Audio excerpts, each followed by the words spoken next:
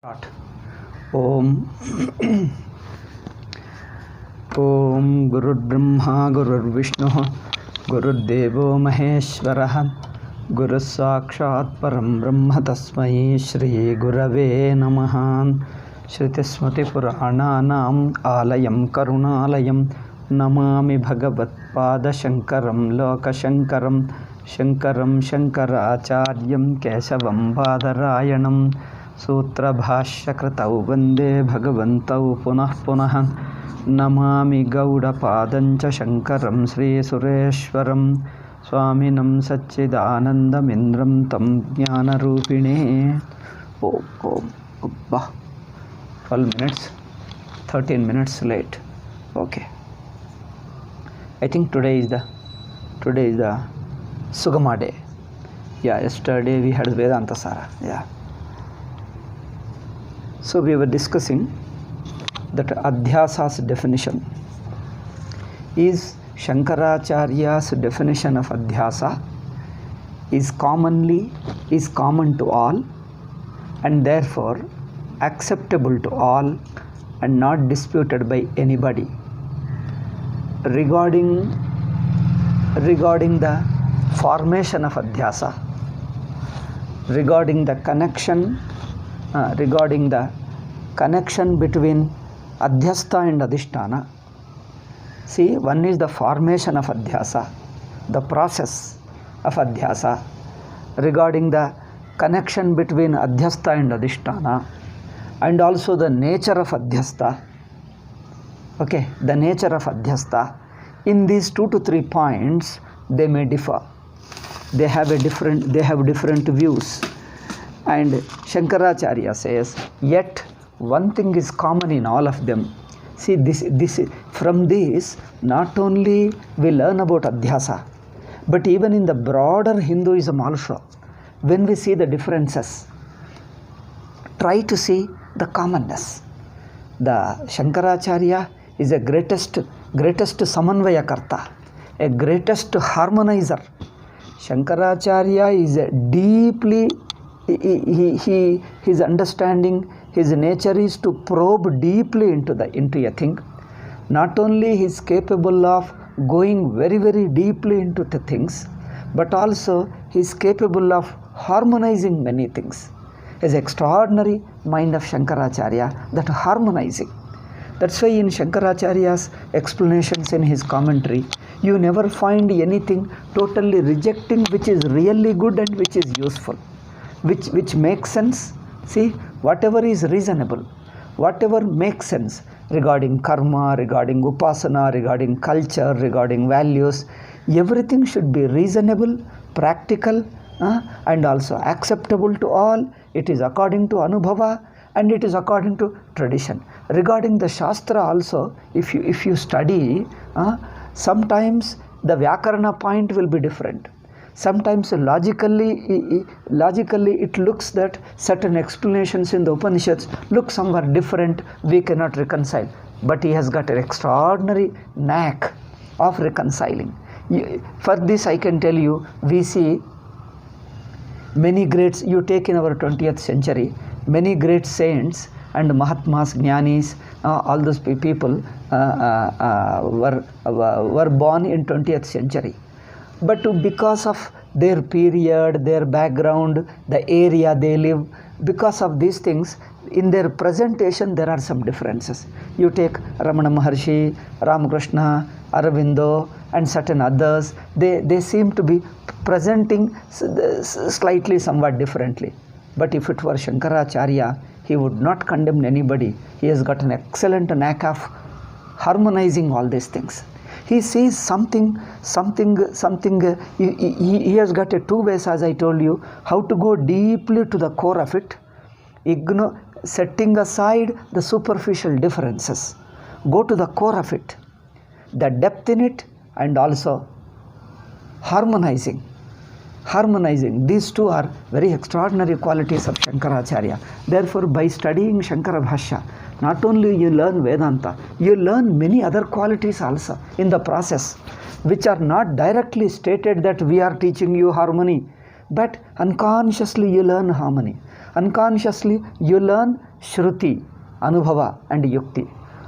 So anything should be understood in keeping with Shruti. Shruti means, in India we don't have one book, we have got so many books. This is also one more thing. If it were Bible and Quran, there is only one book. So they have to explain anything according to one book. But for us, we have Vedas, we have Upanishads, and we have Puranas, we have Tantra, and we have Smriti. We have so many books. And each Acharya, and they have been coming from thousands of years. So how difficult it is. See, our own people, when you read the books, we find some contradictions. Seeing the contradictions, the reaction of our people, instant reaction is, oh, this is wrong, or he has not understood. And a person like Vivekananda, he would immediately dismiss and call, is Vedavyasa mad? This is what Vivekananda told one place. He says, is Vyasa mad or what? He talks like that. So when you see one place he says something, another place something differently, instantly we jump to conclusion and say that, oh, all this is madness. But Shankara, you can see them amazingly, he never dismisses anything. See, whatever is within our tradition, he never dismisses it. He tries to see, goes deeply into it, and the basic intention, the presentation, the way of presentation may differ, but the core, go to the core, the essential core, you find some kind of a similarity. And there also, and when he is trying to see the inner core, you can see that he is going in a reasonable limit, not overstretching. That is also one more thing. In our people, Indians also, Indians in general have some what you say, that tendency for harmonizing.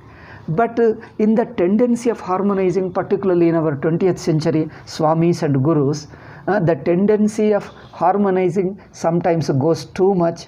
Where it cannot be harmonized, you impose and try to harmonize. Oh, another extreme. You impose a non-existing thing and try to harmonize. That way Shankara never does it. He loves harmony. He tries to see the inner intention, the real purpose of it. And at that level, he finds harmony.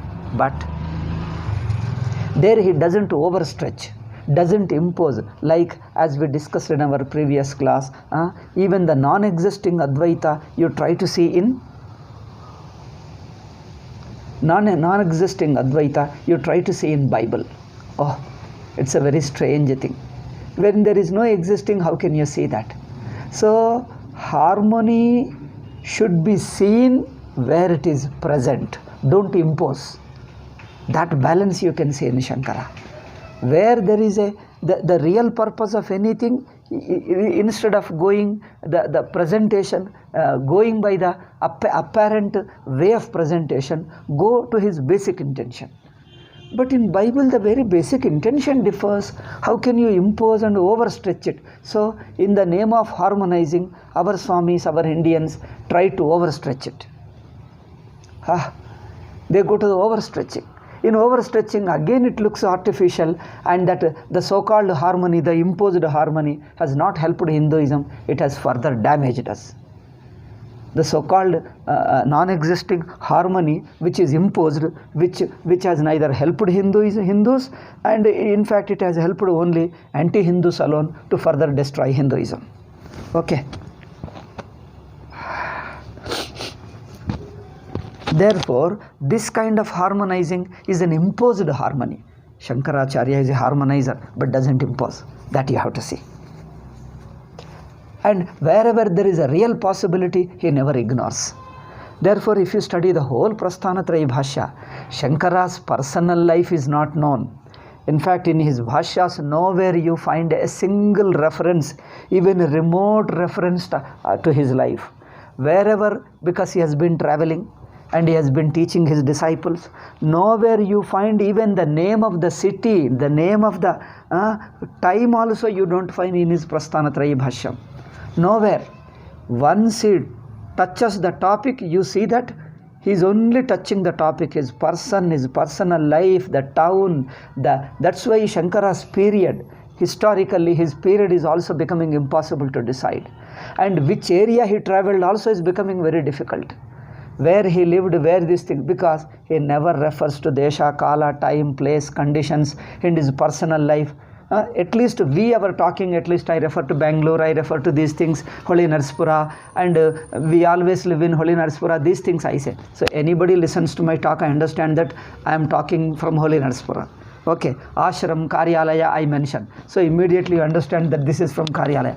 But in Shankara's writings, you don't find even this reference. He talks of only universal facts. He talks of only universal facts which are universally applicable. Therefore, trying to find Shankara's personal biographical elements in his Prasthanatrayi Bhashyam has become totally impossible. So, and there in his harmonizing is an amazing thing. He never condemns anybody, and where there is a real mistake, which is irreconcilable, and he doesn't hesitate to point out this is wrong. That boldness, where it is wrong, he openly points out. Once he points out that it is wrong, I think it is impossible for our people, for later people to reconcile, because he openly says it and he shows clearly how it is wrong. So that kind of openness and clarity, logical thinking, and also categorical telling, unambiguously, equivocally, unequivocal statements, and also, as I told, harmonizing the Shrutis. Shruti means the Shastras, and also logic. You have to see it should be logical. It should not be illogical. At the same time, it should be in keeping with Anubhava. Everybody's Anubhava. Shankara doesn't refer in Vedanta, in order to reconcile, he doesn't refer his personal Anubhavas, doesn't refer to mystic Anubhava. No, he refers where the mystic Anubhavas are required, like in Upasana. But when he talks of the truth, there he depends upon neither the personal experiences nor mystic experiences. Okay, he goes by universal experience of all jivas.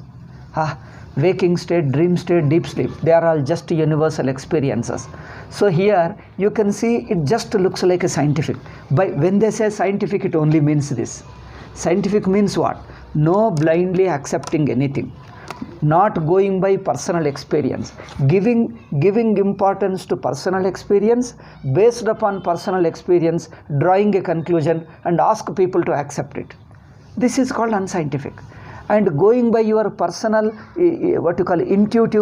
personal mystic experiences, not going by one person that he is a great man, that he is a great acharya, he is a very popular guru, he is a Jagat Guru, or he is accepted by all. He doesn't go by a person's social standing, that he has got a power, he is a Rishi, he is a Siddha Purusha, or he is a Jnani, and all those things. All those things may be Jnani, we don't dispute. But for deciding a fact, don't go by a person's social standing or respect in the society. This is also Shankara's nature. He just goes by the facts and analyzes them and shows them. This is what we mean by scientific. Vedanta is a scientific in this sense. Scientific doesn't mean that it should be only by available to sense organs. They think scientific means it should be available purely for an instrument. See how our modern interpretation of scientific.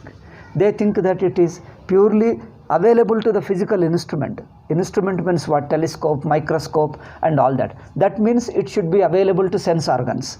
What is visible to sense organs alone can be repeatedly tested it in a laboratory. They call it a scientific. But that is a narrow way of telling scientific. Scientific means anything logical, anything is according to experience. Anything can be directly seen in your life, and anything is logical, that is scientific. In fact, this is the broadest meaning of scientific. Otherwise, scientific means what? If you mean only empirically, only through sense organs it can be seen, only through the telescope or microscope can be seen, if that alone is science, then psychology becomes unscientific. Then many other sciences become unscientific, isn't it? So, scientific means it should be logical, it should be available to everybody's experience, you can see them, and then analyze it logically and go by reasonable conclusion. Go by the reasonability. Don't jump to conclusion, don't swallow anything blindly, or giving importance to given individual or individual experiences. Based upon that, judge against experience and against logic. Simple yukti anubhava. what goes by your yukti, logic, and also what is in keeping with logic, what is in keeping with anubhava, that should be scientific. So this is the broadest meaning of scientific. In this broadest sense, then Vedanta is scientific. Okay. That way, even the modern psychology, even in psychology, there is a modern, what you call that? Parapsychology. Parapsychology means mystic experiences. People are placed in a very, protected conditions. They strict logically, they monitor the conditions and watch them, and they extract many information from them. So from that, in that parapsychology, they found that there is a punarjanma, there are other lokas. So that also they call it scientific. Scientific need not mean only physically available to sense organs alone. If we take in this sense of scientific, then Vedanta is scientific. Shankaracharya's explanation is perfectly scientific. Okay. Therefore, what is emotional? We can see clearly it is emotional. Where a thing is not available to logic, a thing is not available to experience, then Shankara says it is a theoretical explanation. You can see his bhashyas. Where nobody can see it directly, just now see Adhyasa production nobody has seen. Just for example I am giving you. Adhyasa production nobody has seen. Nobody has seen a process of Adhyasa, you are only imagining. Here we say it is a purely speculation. Shankara clearly sets it aside, it is a speculation because nobody has seen it. So this is scientific. If you start accepting speculations are scientific, then there will be many speculations. And you don't know which one to accept as a right one. Each one can give his own explanations. So where a thing is not logical, where a thing is not in keeping with your anubhava, then you say it is only purely speculation. See, this clarity you find in Shankara's explanations, Shankara's writings is an amazing thinking. Therefore, studying Shankara Bhashya itself is very revolutionize your thinking. Revolutionizing means what? In fact, in most of our Indian thinkers is like this alone. Generally, most of our thinkers are like this alone.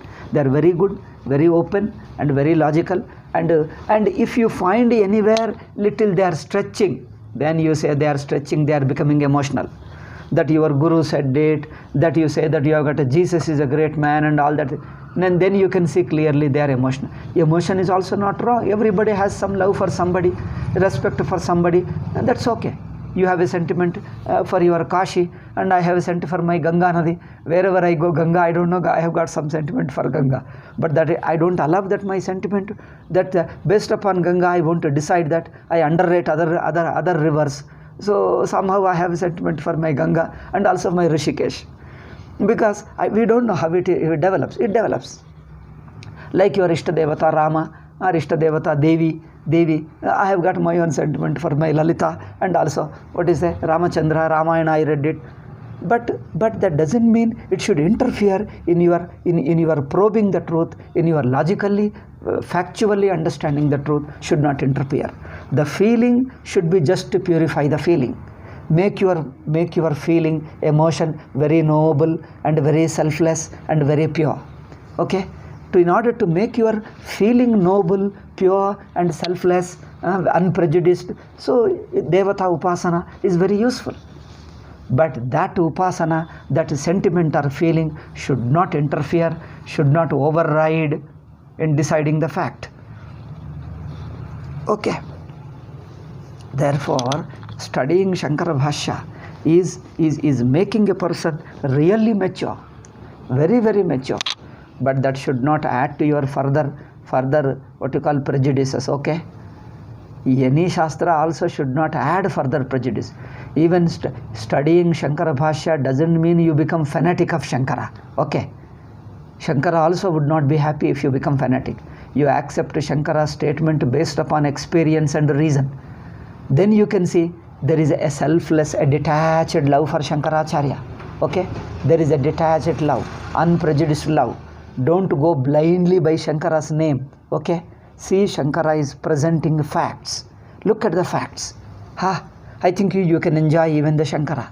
Supposing even if it goes wrong, a grammatical point or a logical point, you can see even the defect in Shankaras also, with the same love and respect. With the same love, same respect, same reverential love, you can see if there is a defect in Shankara's words, you can see them without losing any respect, without losing any reverential love for him. That's what Shankara wants. And then if you study Shankara Bhashya, you start becoming fanatic of again. It is like any other fanatic. So therefore, emotion should not interfere. But emotion itself is emotion, is a beauty, and it can be enjoyed. Anybody can see the purity of it, the nobility of it, and the joy in it, the selflessness in it. So if you study Shankara Bhashya, itself is a transformation in the mind, in your outlook, in your personality, in your emotion. How you take up each point, any worldly objects also. In fact, the Westerners who do like this, somehow we Indians didn't do that. What is that? Indians we didn't do. Westerners, they take, when you are studying Shankara Bhashya is in the Vedantic context, but they take Shankara's way of analyzing, way of inquiry, way of explanations. They take those way of explanations, apply it to other context, other areas, worldly context. His way of analyzing, his way of explanation, his way of watching, his way of judging, his way of harmonizing. All these methods they take out of Vedantic context. I mean, they use them in the worldly context, and they develop into another book alone, Shankara, based upon Shankara, how Shankara is useful to political field, in worldly problems, in social problem, in economic problem. They apply that thing. But Indians, being Indians, see, we just don't do that. We say you study Shankara Bhashya, basically your personality changes, you become very mature, very understanding person. As such a person, you will be able to solve worldly problems also, social problems, people's quarreling problems, people's management problems also you will be able to solve, because the mind is so relaxed, detached, unprejudiced, and goes by point, analyzes, understands, and makes a very healthy, unprejudiced conclusions. The conclusions are so healthy, so unprejudiced that you can present it to others. Anybody can see for yourself how the judgment is so impartial, which can be objectively demonstrated, which can be objectively shown to anybody. So that kind of a thinking, you develop it. Westerners would have done it, but Indians don't do that, because we retained Shankara's that outlook, that thinking, all that we retained in Vedantic context alone, and it remained in Vedanta. Okay. So how you see in the Bible, I give you just one example. Management principles in the Bible. Does Bible teach management? But they try to extract. Take up here one sentence here, one sentence there. In some different context he was speaking. They take the sentiment. Those few statements they compile, of supposing 10 or 20 statements. Each statement they take a principle and apply it to totally into the worldly context. They say management principles in Bible, because they use Bible for teaching English, for how to invade others, how to show that Indian culture is a very dangerous culture, how to show that Indians are pervert fellows, Christians are great. They use it for every nonsense and everything. Therefore, they want to say everything to Bible alone, trace to Bible alone. The time, the history, the studying of history, Harappa Mohenjo-daro is an invasion. Even history studying is traced to Bible. Everything is traced to Bible. Management principles only you can find in the Bible. I am told one American president, a recent president alone, maybe 2 generations ago, 2 or 3 generations, he says, this is one book which contains everything on the world, everything everything in the world. This one book alone is enough. They try to trace everything into one book alone. Anyway, so that way we didn't do that. Otherwise, if we had studied it, we could see even the educational principles, educational psychology, educational methods, how the Guru Shishya Sambandha, you can find in Shankara Bhashya how to explain a point, how to explain an intricate point to a common man with the help of an example and help him to understand, how to present the idea. You can find all these things lying in Shankara Bhashya. But our people studied Shankara Bhashya mainly with Vairagyam, only for moksha. The other things they didn't take interest. If the modern people have studied, they would have done it. But instead of studying these things, Sheldon Pollock and such other people try to find fault with Shankara. there is a university in Kerala in the name of Shankara, and they celebrate Shankara Jayanti. Shankara Jayanti celebration means only abusing Shankara. Whole morning till evening, the university is in the hands of communist Muslims and Christian missionaries. So the students are also like that. The purpose of Shankara University is only Shankara Abusing University. The name should be changed. Shankara Abusing University. It is meant to abuse Shankara. So you impose totally out of context. He was talking in a religious context. You talk of something else. That's all. Now, this is what our modern research is. So pervert, vulgar fellows Indians are.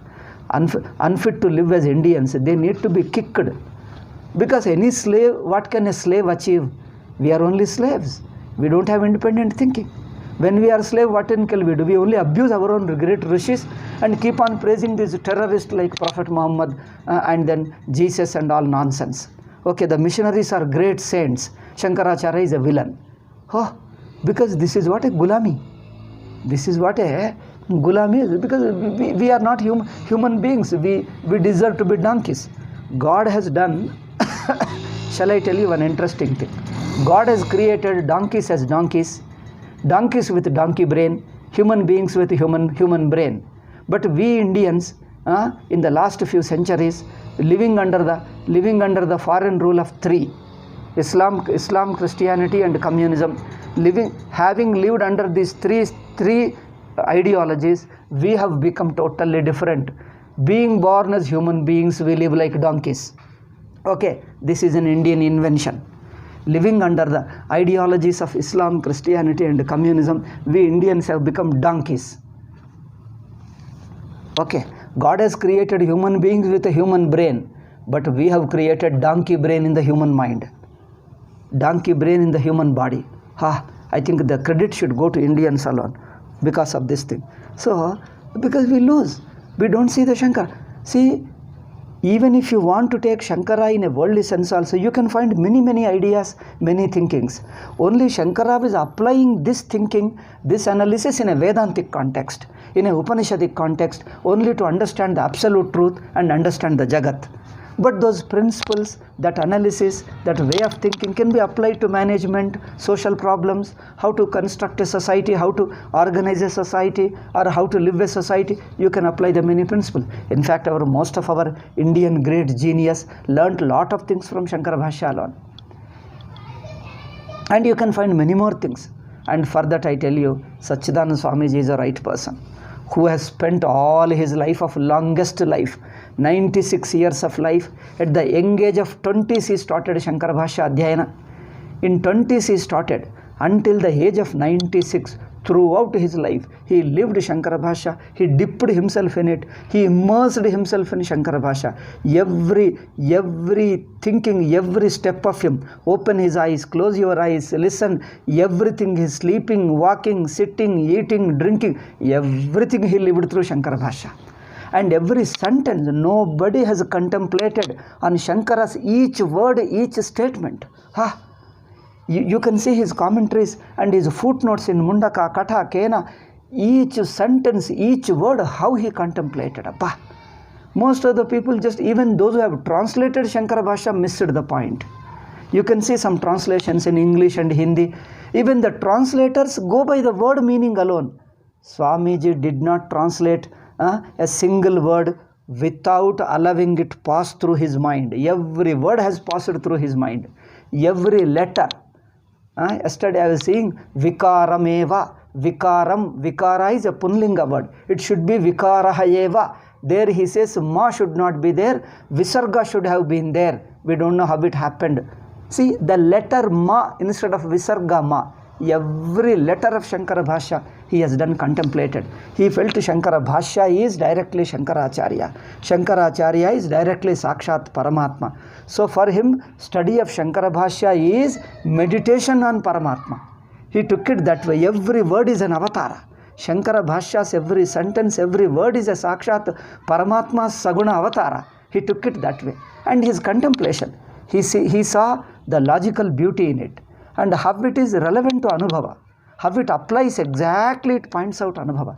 That is a great thing. I think if somebody wants to study Shankaras, I think there is no way in the last few centuries is only Sachidananda Swamiji.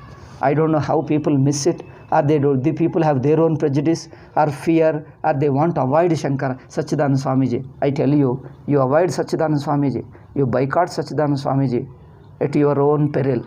A time will come, people will pity you for avoiding Sachidananda Swamiji. People will pity you, being born an Indian, being born a Brahmin, being born a South Indian, and that to Karnataka. You ignore Sachidananda Swamiji. I tell you, a time will come in the next generation, people will laugh at you. Ayyo, how unfortunate fellows. They were born in the contemporaries of Sachidananda Swamiji, or just one generation next to him like us. We are little junior contemporaries. I did not see him personally, but I was alive at that time. In his last old age, I was alive. So, in fact, I started looking for Guru. I was listening to Vedanta. Probably if I were here, I would have attended him. I was far away in somewhere in Andhra, I'm in Telangana. But I was looking for Guru. I was listening to Vedanta talks. That time he was alive. So that way. So, and those who have, these people, next generation at least, those who do not care for him, I tell you, you will be missing a lot. You will be missing a lot. Even now, leave your prejudice, you contemplate. See the contemplation. I think only among the traditional acharyas, I feel Kanchi Paramacharya is the only one who has understood. Kanchi Paramacharya, Chandrasekharendra Saraswati is the only one who has understood the Swamiji's nature and what Swamiji did. He says every word of Bhashya, every sentence of Bhashya, he contemplated, meditated. Bhashya statements, he has seen them as a Saguna Brahma avatara. And to go to the depth of it, he saw the logical beauty in it. How it touches directly your Anubhava. And ultimately it keeps you, puts you in that Brahmanubhava. Every sentence of it, he found that it takes you, leads you to Brahmanubhava. And seeing him, and he appreciated, nobody is appreciated. And I feel this one sentence is a great certificate to Swamiji. It is an honor to Swamiji. Asupte Ramruteh Kalam Nayed Vedanta Chintaya. There is one statement advising Vedantins. Asupte Ramruteh Kalam Nayed Vedanta Chintaya. One should Asupte, from the moment you wake up until you go to sleep. Amruteh, until your body falls off. So long, that means throughout your life and every day. Throughout your life and every day, spend your time, every moment of your life in contemplating on Shankara Bhashyam. And he says, this statement, it is Sachidananda Swamiji who lived this statement. He is an embodiment of this statement. See, Kanchi Paramacharya, he appreciated and he has understood. And once he told, yes, Adhyasa, Avidya means Adhyasa only, Mithya Jnanam alone, not Mula Vidya. He appreciated, he accepted. In fact, at one place he openly told, when somebody asked Swamiji, when you have accepted that Adhyasa is Avidya in Shankara Bhashyam, as Sachidananda Swamiji told, why don't you tell openly, publicly? He says, I would have told, but as a sannyasi, as a Pitadipati, I am not supposed to disturb people. These Panditas, these scholars are narrow-minded, closed-minded fellows. They won't welcome any fact. They just go by the routine bookish statement alone. It is very difficult to convince them. Otherwise, I would have said it. See, he was ready to say that. He has really understood the Shankara's depth, the Shankara Bhashyam's each statement. So, those who become open, let them really study. The beauty of it, you can see them. Each statement, and in Swami, for that Swamiji is a gateway, good highway. Sachidananda, to understand Shankaracharya, Sachidananda Swamiji is a very good gateway, very good highway. He is a very good guide, excellent guide, I think unparalleled guide. You won't find anybody else to understand Shankara Bhashya. You don't find anybody else as a guide to understand him. Okay, anyway. I think is today Swamiji's? I don't know how Swamiji came today and Shankara. Is today Swamiji's Janmadina Jayanti? No. Aradhana is coming in a few days anyway. So I think whenever something comes in my mind, it looks that in a few days some habba is coming. So probably Swamiji's Aradhana is coming. Therefore it automatically comes. I don't know how it comes. It is only Swamiji's Anugrah. It comes to your mind and you end up explaining that alone. Probably it is his Aradhana. Anyway, today alone we think his Aradhana and explain to him. Both Shankara and Satchidananda Swamiji, they go together. Okay. Now coming to the Adhyasa. So you study Shankara Bhashya, at every point you can see always the Adhyasta, the superficial, wrong understanding, how to give up the wrong understandings, how to remove the superficial layers and go to the core. This is an excellent way, is an amazing way. In fact, Shankaracharya, like Buddha, if he wanted, he could have started his own tradition. His own tradition, Shankara's his own tradition. Even if he wanted, in his name there could have been another religion, Shankara religion. But Shankara, being a very humble person, he is not a lover of dividing people. He accepted the tradition of Upanishads, Veda, Smriti, Purana, all those things he accepted. He just continued in it. Otherwise, each statement of him is like another Upanishad. Each statement of him is like another Upanishad. There would have been another Upanishads, you can say. Shankara Bhashya is like a Veda mantra. Satchidananda Swamiji treated like that. Each Shankara statement, Shankara Bhashya, he would do Parayana.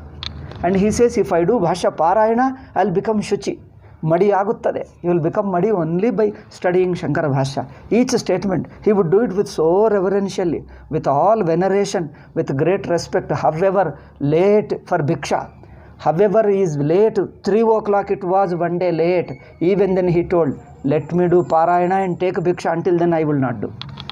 He considered both Shankara's statements as a Saguna Brahma Avatara, and the depth you go it, the way of inquiry, the way of Vichara that Shankara Bhashya inculcates in us is an amazing thing. It makes you really a great man, highly open-minded, and go to the truth directly.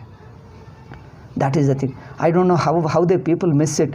Fortunately, they are available in Kannada. But even in Kannada, statements are not ordinary. Each statement is amazing revelation. Each footnote you take it, even a heading you take it, it is a highly revealing thing.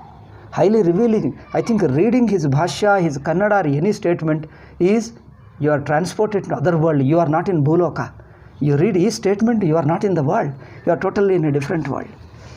And as you read it, your mind is not the same. You go into a new depth and you are not the same old person. You are totally a transformed person.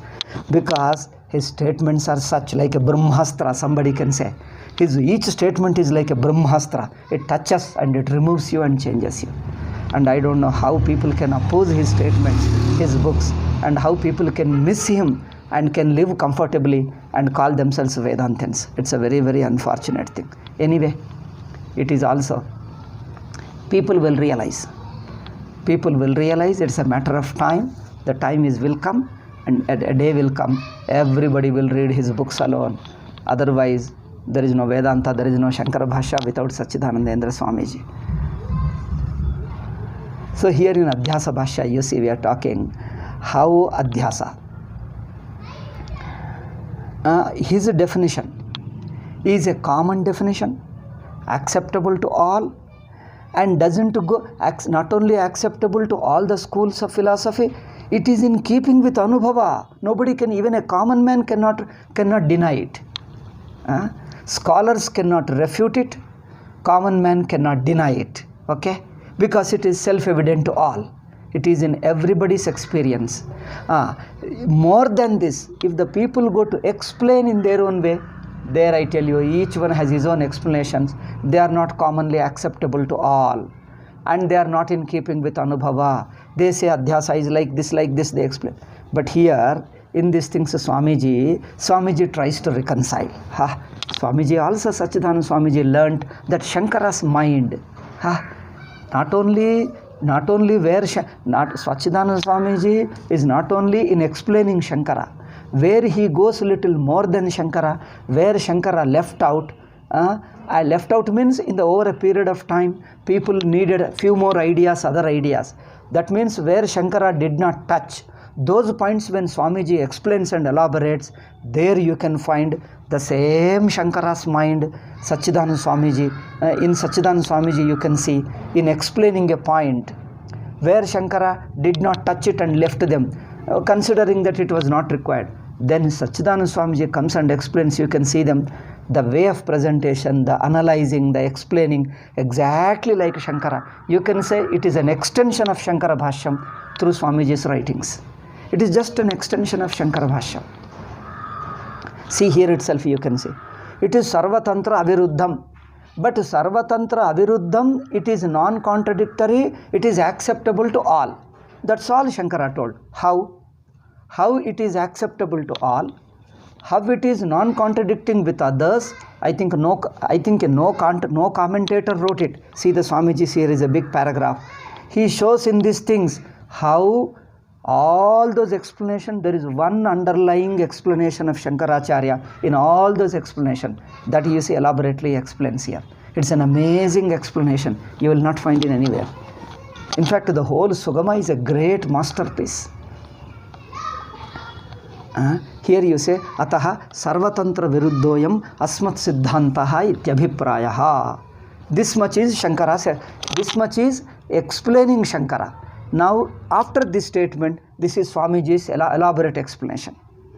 Elaborate explanation. How? Let us see. Nahi spatike lauhitya sankrantim bruvana bruvano vadihi vastavikameva spatika lauhityayor dharma bhavam manyate. See, even those do explain that Adhyasa. Here he is trying to say one thing is mistaken as something different from it. The Adhyasta is a mithya. Okay? Shankara's view, in Shankaracharya's view, Adhyasta is a mithya, Adhisthana alone is a satyam.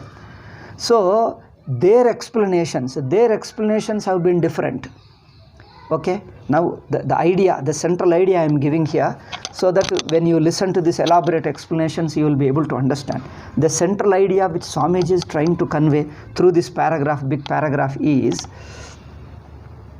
in their various explanations of these various Vyakhyanakaras, they try to say Adhyasa happened this way.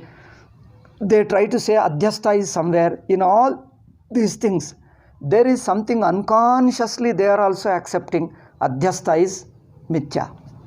Adhyasta is mithya is Shankara's clear, open statement. And then how Swamiji is trying to reconcile, here you can see them. Even in other schools, those who accept Adhyasta Jagat is real, even their explanations also you can see them indirectly, unconsciously they are coming closer to Shankara. Indirectly, unconsciously, they are coming closer to Shankara. This point Swamiji is trying to convey here. Okay, keeping this mind, now let us proceed. Nahi spatike lauhitya. I think even to understand Swamiji's language is very simple. And he just imitates, he picked up the language of, see, many people try to imitate Kalidasa. Many people were not successful. Very few people could do that. One or two people, most of them were not successful. They try to imitate Kalidasa. They try to absorb, internalize Kalidasa's language, style of explanation and all that. Many people, at some point to a certain degree they were, but not to a larger degree. But Shankaracharya, I tell you, Sachidananda Swamiji, he tried to learn. He meditated on Shankara. He meditated on Shankara Bhashya. I say, he has become 100% successful in imitating Shankara's style, language, the way of explanation, the analysis, everything, even language. You can see the words, the expressions, the idioms, all from Shankara Bhashya alone. I think 100% he has success. And if somebody doesn't know who is the writer, you may think that it is Shankara's writing alone. The language is like that. So the language is so simple. The beauty of language is just similar to Shankara's, because he just followed Shankara's language alone. The style, the presentation and everything. So therefore the language is so simple and beautiful. Even for somebody, those who do not want Vedanta, just for sake of his Sanskrit, you have to learn Sanskrit, I tell you. You should learn Sanskrit even to enjoy his beauty. You will be surprised that Vedanta like subject, he made it so simple that the language looks so beautiful. And in fact, somebody asked, I am told in his biography, it is not there in his autobiography, but some people say about him, his personal life, his own bhaktas say. When he published a book and gave it to one publisher before his Purvashrama, before his sannyasa, and he asked them to keep those books for sale in their shop. And those shopkeepers told that, oh my God, you are bringing Vedanta. This Vedanta is a heavy topic. Who will read this Vedanta? Why don't you write books on some Kadambari, he told. Why don't you write? You are a good writer. He was advising Sachidananda Swamiji. You have a good language. You are a good writer. You write a very attractive way. Why don't you write one Kadambari? Kadambari means one novel. In Kannada, Kadambari means novel. Novel is called Kadambari in Kannada. Okay. So for those outside Karnataka I am talking. So Kadambari is novel. So why don't you write one novel in Kannada? You know what was Swamiji's reply? I shall write Vedanta in a Kadambari way. The presentation is so simple, so beautiful, so attractive. Even a common man can read Vedanta like a Kadambari. As attractive, as interesting as it. And really, as Swamiji said, he has become successful. You read Sugama, you read his Mandukya Rahasya Vivruti, you read his Chatusutri, you read his Prakriya Pratyabhijna, you take up any, only Mula Vidya Nirasa is a little tough. That was his first book. It is a little tough. Leaving that one book, all other books are, the language is so beautiful, so beautiful. Even to enjoy the language beauty, you should learn Sanskrit. And read his books. Just for sake of his beauty, you have to learn Sanskrit. Those who do not know Sanskrit, I am telling you, please learn Sanskrit. Please learn Sanskrit just to enjoy his beauty. And you can see them. It becomes an upasana. Reading his books becomes a Bhagavad upasana. It becomes a Bhagavad bhakti and upasana. Your mind gets concentration. Your mind gets purified. Even if you don't get Brahmajnanam, at least this will happen. His books are so beautiful. And the Shankara's Chaya, I see some of the books written by others, pass for Shankaras. And you can see them, the language is so tough, language is different. Still people put them in the name of Shankaracharya, certain books. And they pass for Shankaracharya's writing. But if Sachidananda Swamiji's books, without putting Swamiji's name, if somebody publishes in the name of Shankaracharya, I think nobody would suspect it. People think that it is exactly Shankara's writing alone. The language, the explanation, take up a point and point by point analyzing, and people would think that it was Shankara's alone. Nobody would suspect even. If somebody puts it in the name of Shankaracharya, people say, yes, this is exactly Shankara's. This imitates the style of Sutra Bhashya. His explanations is just a Sutra Bhashya style. You feel that it is just like Shankaracharya's alone. You see, any angle of him is amazing. Amazing, they are not ordinary people. They are on the great Vibhuti, Ishvara Vibhuti alone. So Shankara himself, he put his Anugraha, not simply putting like a gushing water. Shankara's Anugraha coming through Swamiji, and Swamiji has lived it, welcomed that, and he lived in that. That's why he loved in his, I am told he said that, it seems he said that after he passed away, his Samadhi will be made. And there should be Shankara's small idol over his Samadhi. And when you do Abhisheka on Shankara's Vigraha, that water should fall on his Samadhi. What a dream. See, people after their death, what is your goal? After death, what do you wish people to do? He told that people should study Shankara Bhashya. Okay. And second thing, he told that when the Abhisheka is done on Shankara's Vigraha, that water should fall on his Samadhi. Even after his death, how the body should receive the Abhisheka Jalam of Shankara's. So that way, he dreamt, he lived only Shankara. He breathed Shankara. He drank, he ate, he lived, he slept, everything in Shankara's. And therefore, you can see him, Shankara Charana Smaranena Avapta. By only the Smarana of Shankaracharya's feet, he developed that Shankara's thinking. He inherited, he invoked Shankara's mind, Shankara's understanding, and that's why you can see in his writings, only it is manifesting in his expressions, in his ideas, in his words, all over there. Okay. So, today it is coming, I don't know. Probably that is Shankara's Aradhana, Swamiji's Aradhana is coming. sometimes in few days, maybe in 10-12 days it will come. Swamiji's Aradhana will come in 10 or 12 days. That's why it started from today only. Okay. Now anyway, this little Adhyasa about regarding Adhyasa, let me tell you. Nahi spatike lauhitya sankrantim bruvana vadi. Now first example we have seen. In the first example, the color of the flower was reflected in the spatika.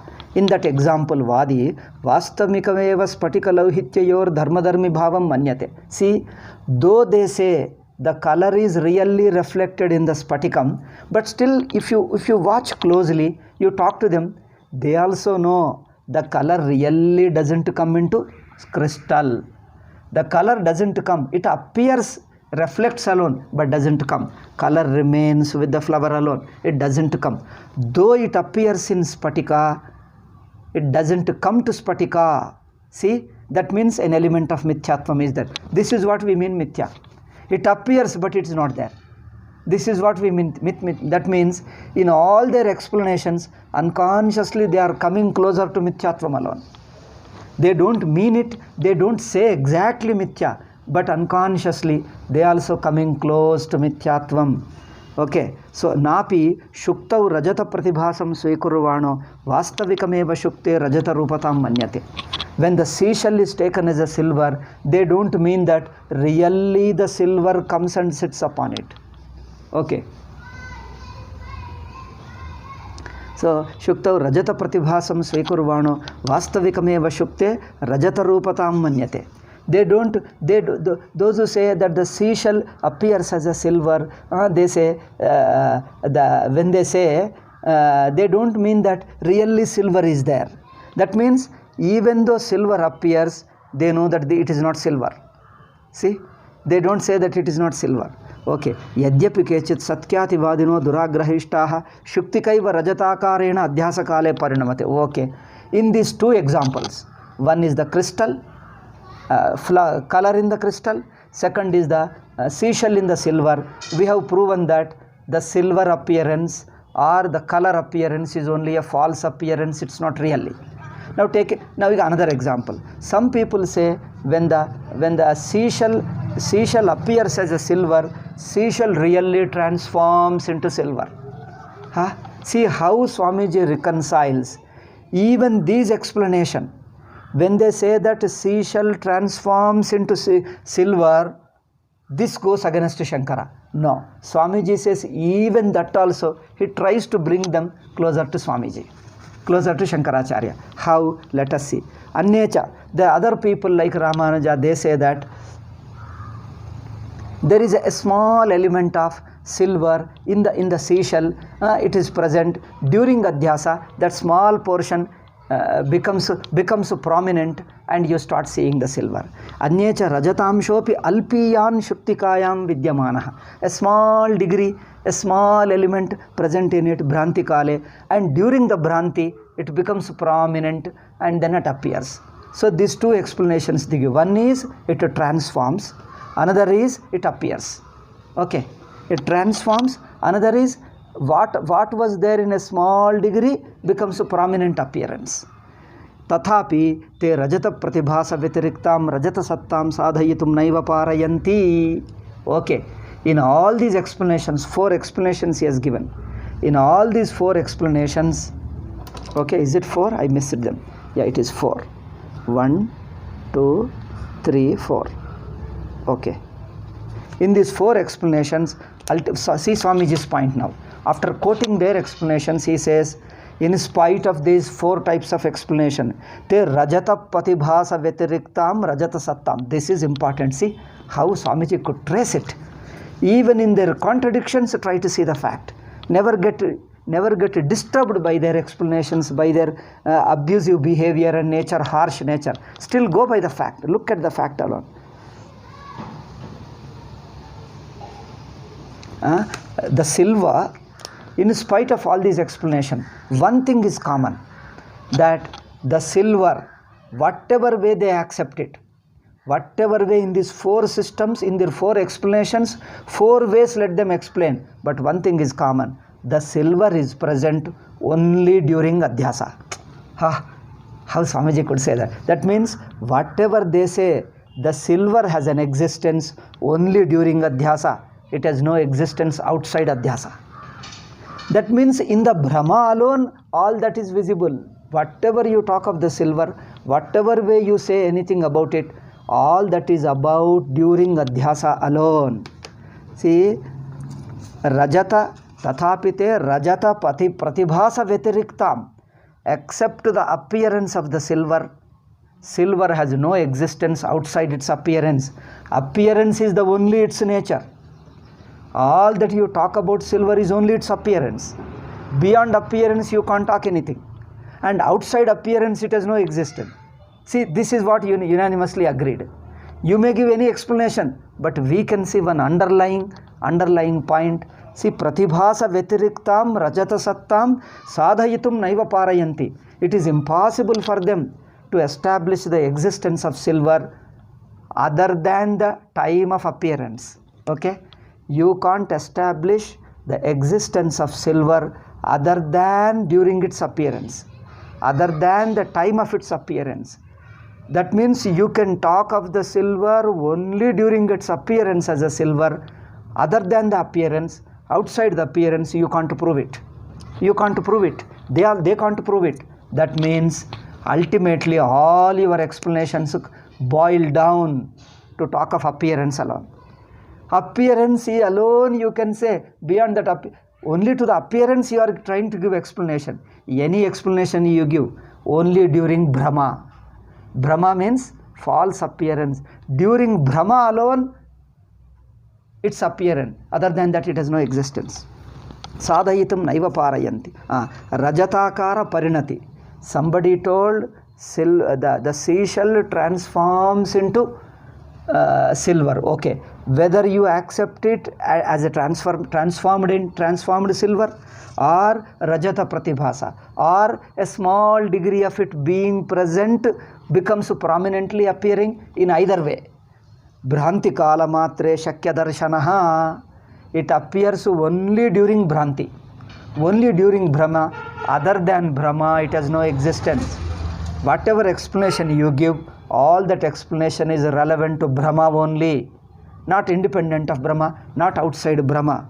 Tasmat vyavahare sadatana sattvam anubhavantya shuktikaya. Therefore, now this is the conclusion Swamiji says, which they did not say, but they also have to accept it. What is that? Just as a seashell is continuously existing, always existing, the silver, the apparent silver, the mistaken silver cannot enjoy the same existence equal to that of seashell. Seashell has always existence.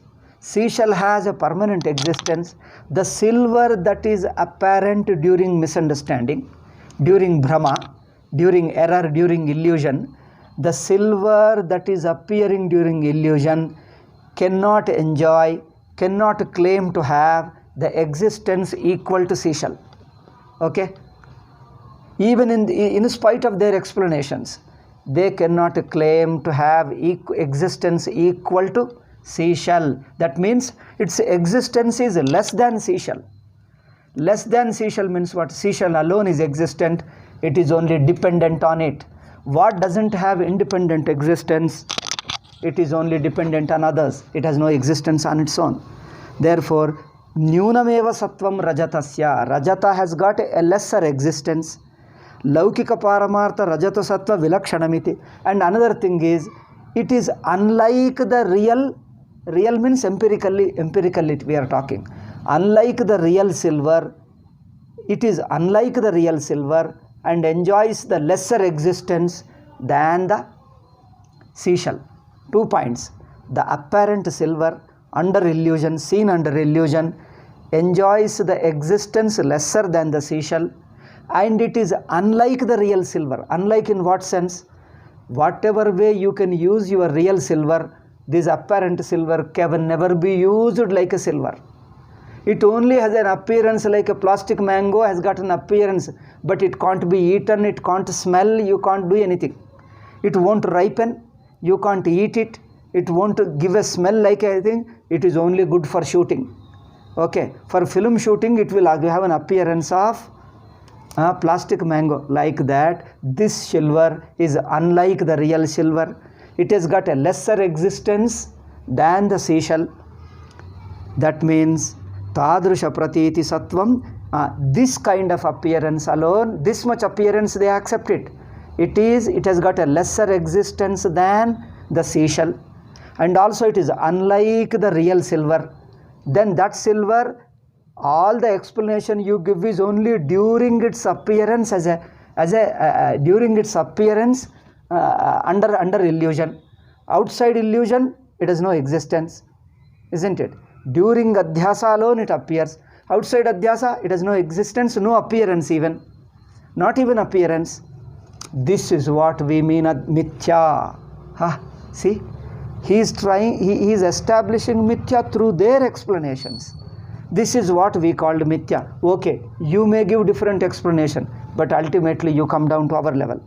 Okay, this is what we call mithya. Then why quarrel over the names? You may give a different name, but this is what you have accepted. Therefore, sanya matre vivadaha. Let us not quarrel over the words, but this explanation which we have given, you have accepted it. This is what we mean mithya. You may call by another name, but this is what we mean mithya. Tadevam satya mithya mitani karanameva adhyasa iti lakshanam. Therefore, adhyasa means mixing up satyam and mithya. This is the definition of us. This definition is thus accepted by all. Okay, this paragraph ends 10th point. Now the 11th point is there. We will discuss it in the next class. Okay, Om Shanti Shanti Shanti. Hari Om.